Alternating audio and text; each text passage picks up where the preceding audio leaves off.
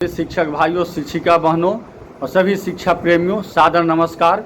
सबसे पहले आज 5 अक्टूबर विश्व शिक्षक दिवस के अवसर पर विश्व के सभी शिक्षक भाइयों शिक्षिका बहनों को अंतर्राष्ट्रीय शिक्षक दिवस की हार्दिक बधाई और ढेर सारी शुभकामनाएं। साथियों, आज पूरा शिक्षा विभाग और विशेषकर शिक्षक संक्रमण काल से गुजर रहे हैं। लगातार उनका शोषण बढ़ता जा रहा है। यह बात आज चिंतन करने की, मंथन करने की और सोचने के समय है। आज तमाम साथियों से हम आग्रह करते हैं कि आज विश्व शिक्षक दिवस के अवसर पर इस पर चिंतन कीजिए कि आखिर इसके लिए जिम्मेदार कौन है, इस संक्रमण काल के लिए जिम्मेदार कौन है, इस शिक्षा और शिक्षक की दुर्दशा के लिए जिम्मेदार कौन है। क्या वह सरकार जिम्मेदार है जिसके अधीन हम लोग हैं, लेकिन वह कुछ नहीं कर रही है, लगातार शोषण पर शोषणकारी नीति अपना रही है, क्योंकि उसके दिमाग में है कि अमुक जाति के शिक्षक को हम कितना ही काम करेंगे, कुछ भी कर देंगे, फिर भी वो वोट हमें नहीं देगा। और अमुक जाति के शिक्षक को हम कुछ भी नहीं करेंगे, कितना ही गरियाएंगे, कितना ही टॉर्चर करेंगे, फिर भी वो वोट हमको देगा। क्या हम जात के आधार पर शिक्षक को सरकार ट्रीट कर रही है और उसके अनुसार हमारा मांग नहीं मान रही है, बात नहीं कर रही है? या वह नाकाम सरकार है जिसका बात कोई पदाधिकारी नहीं मान रहा है, जिसका कोई आदेश नहीं मान रहा है? या फिर वह सरकारी पदाधिकारी इसके लिए दोषी है, जो पढ़ लिख करके उच्चाधिकारी पदाधिकारी तो बन गए, लेकिन उन्हें शिक्षा से कोई मतलब नहीं है, शिक्षक से कोई मतलब नहीं है। यहाँ तक कि वह सरकार की बात भी नहीं मान रहे हैं, वो जन कल्याणकारी बात नहीं मान रहे हैं, लगातार शिक्षकों को टॉर्चर कर रहे हैं। या फिर वह नेता प्रतिपक्ष सहित तमाम विपक्ष दोषी है, जो उप मुख्यमंत्री बनने के लोभ में, सत्ता में आने के लोभ में सरकार के दमनकारी नीति का भी विरोध नहीं कर रहे हैं, सरकार की गलत नीति का भी विरोध नहीं कर रहे हैं, वह दोषी है।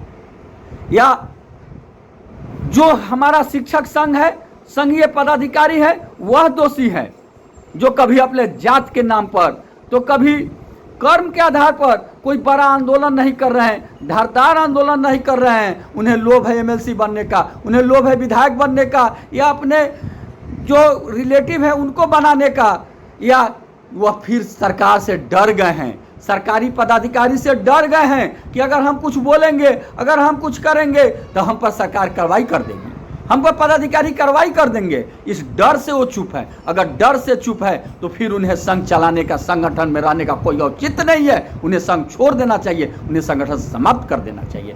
या फिर वह संघ विरोधी लोग हैं। जिस तरह से अंग्रेज कुछ जमींदारों को जमीन दे दिया था, तो लगातार अंग्रेज की प्रशंसा ही नहीं करते थे, बल्कि अंग्रेजी राज की बड़ाई पर बड़ाई, बड़ाई पर बड़ाई करते रहते थे। कहते थे कि अंग्रेज है तो ये फायदा है, वो फायदा है, चल जाएगा तब तो बाप रे बाप बड़का आफत हो जाएगा।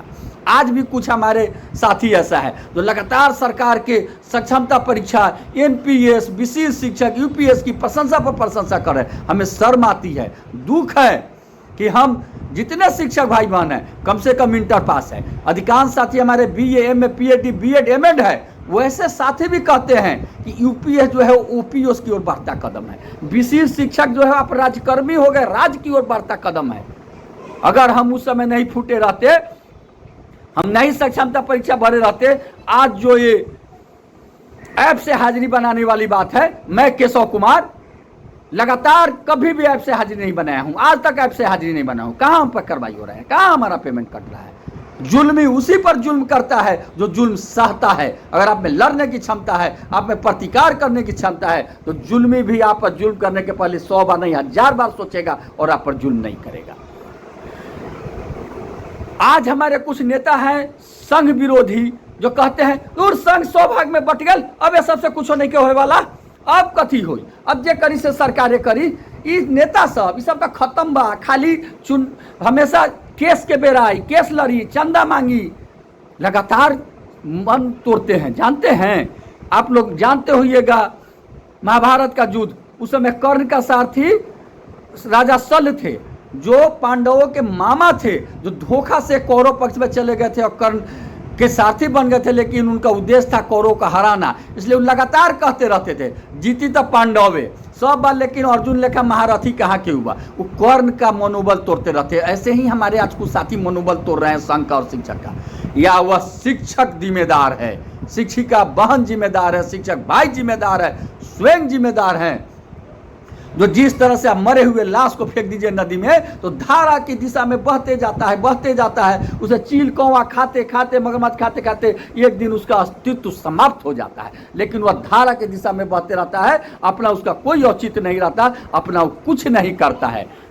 वह शिक्षक दोषी है जो सरकार के हर दमनकारी नीति को अपना रहे हैं और बाप बाप चिल्ला रहे हैं। सरकार टाइम कब बदली, छुट्टी में संशोधन कब हुई, ऐप से हाजिरी कब हुई, लेकिन उसके सब आदेश को आंख बंद करके मानते जा रहे हैं। आप सोचिए जिम्मेदार कौन है, और उस जिम्मेदारी के लिए सच पूछिए तो सबसे अधिक जिम्मेदार हम स्वयं हैं, कोई जिम्मेदार नहीं है। इसलिए आप तमाम साथियों से करबद्ध आग्रह है कि आप एकजुट होकर के और पूरा मनोबल से, तन मन धन बल से तैयार रहिए कि सरकार के जो आखिरी सत्र होगा, शीतकालीन सत्र, उसमें हम पूरा 5.5 लाख 6 लाख शिक्षक पटना की धरती पर उतरेंगे और तब तक अपने आंदोलन को वहां करते रहेंगे जब तक सरकार हमारी सभी उचित मांगों को मान नहीं लेती है। हम पटना की धरती से तब तक नहीं लौटेंगे, तब तक हम अपनी पूरी एकजुटता बनाएंगे। बीच में भी आंदोलन की जरूरत हुई तो हम करेंगे, लेकिन दिसंबर जनवरी जो सत्र होगा उसमें हम जोरदार आंदोलन जरूर करेंगे और सभी साथी एकजुटता के साथ करें। आपका केशव कुमार, प्रदेश अध्यक्ष शिक्षक संघ।